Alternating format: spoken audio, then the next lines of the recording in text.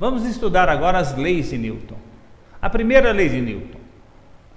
A ideia de Aristóteles de que um corpo só permanece em movimento se sobre ele estiver atuando uma força constante foi completamente virada ao avesso por Galileu, ao estabelecer o conceito de inércia. Newton refinou a ideia de Galileu e formulou a primeira lei, convenientemente denominada lei de inércia. Todo o corpo continua em seu estado de repouso ou de movimento retilíneo uniforme se a resultante das forças que atuam nele for nula.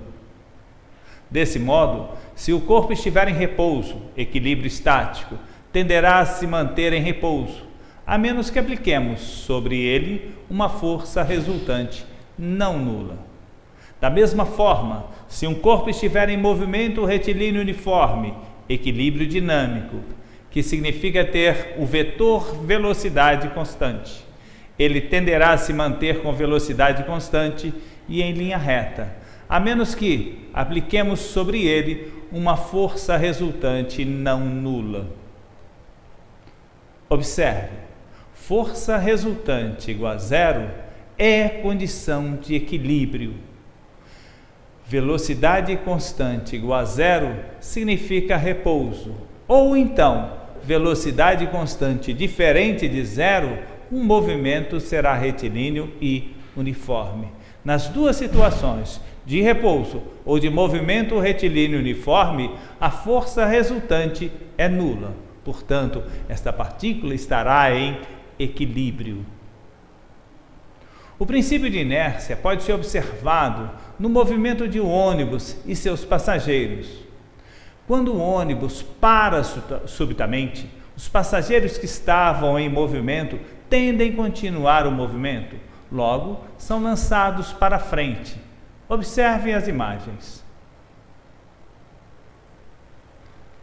Outro exemplo: se os passageiros estiverem soltos no interior do automóvel, quando este arranca, a partir do repouso, os passageiros tendem a se deslocar para trás, resistindo ao movimento. Ou seja, a tendência é continuar parado e o carro partindo. Para evitar que isso aconteça com o motorista e os passageiros do carro, é comum ter o encosto de cabeça nos bancos.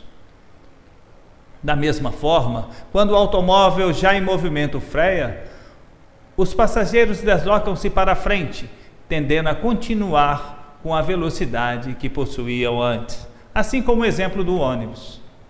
O cinto de segurança é uma maneira de prender os passageiros e o motorista ao banco do automóvel. O princípio da inércia também explica o que acontece para que os copos e pratos sobre uma toalha possam continuar sobre a mesa se a toalha for puxada abruptamente. Entendemos que os pratos, copos, talheres em repouso sobre a mesa vão permanecer eternamente em repouso até que algo aconteça para movê-los de lá. Com o puxão da toalha de maneira correta, não se consegue imprimir força suficiente para que os corpos entrem em movimento e eles então permanecem em seus lugares. Observe a figura. Os pratos, talheres, copos permaneceram sobre a mesa, mesmo depois da toalha ser puxada. Um outro exemplo. Da mesma forma, se colocarmos um pedaço de cartolina sobre o copo e sobre a cartolina uma pequena moeda, ao darmos um puxão na cartolina, observamos que a moeda cai dentro do copo. A moça faz girar uma bolinha presa numa corda tracionada.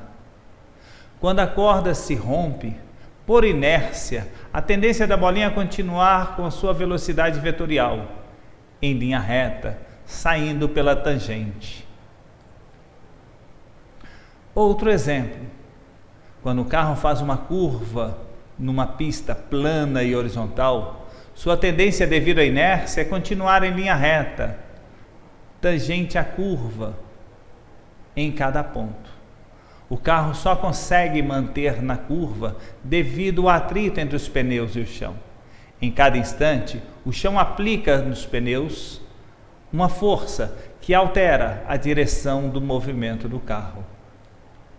Se o carro, por exemplo, passar por uma poça de óleo, ele poderá derrapar e sair da pista pela tangente.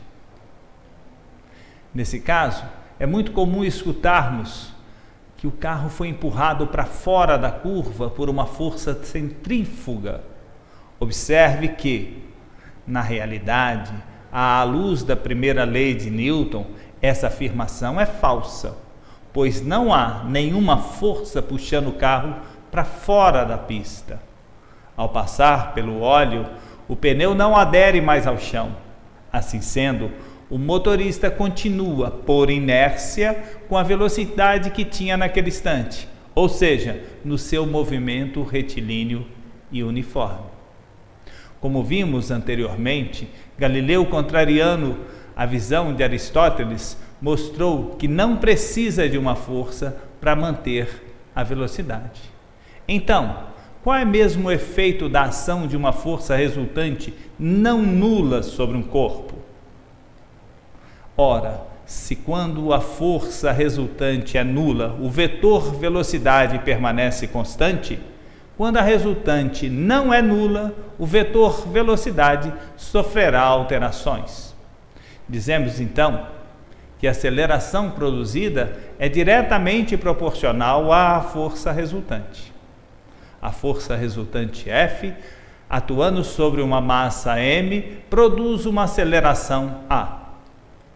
Além da força resultante, a aceleração que se imprime sobre o objeto depende também da sua inércia, ou seja, depende de sua massa.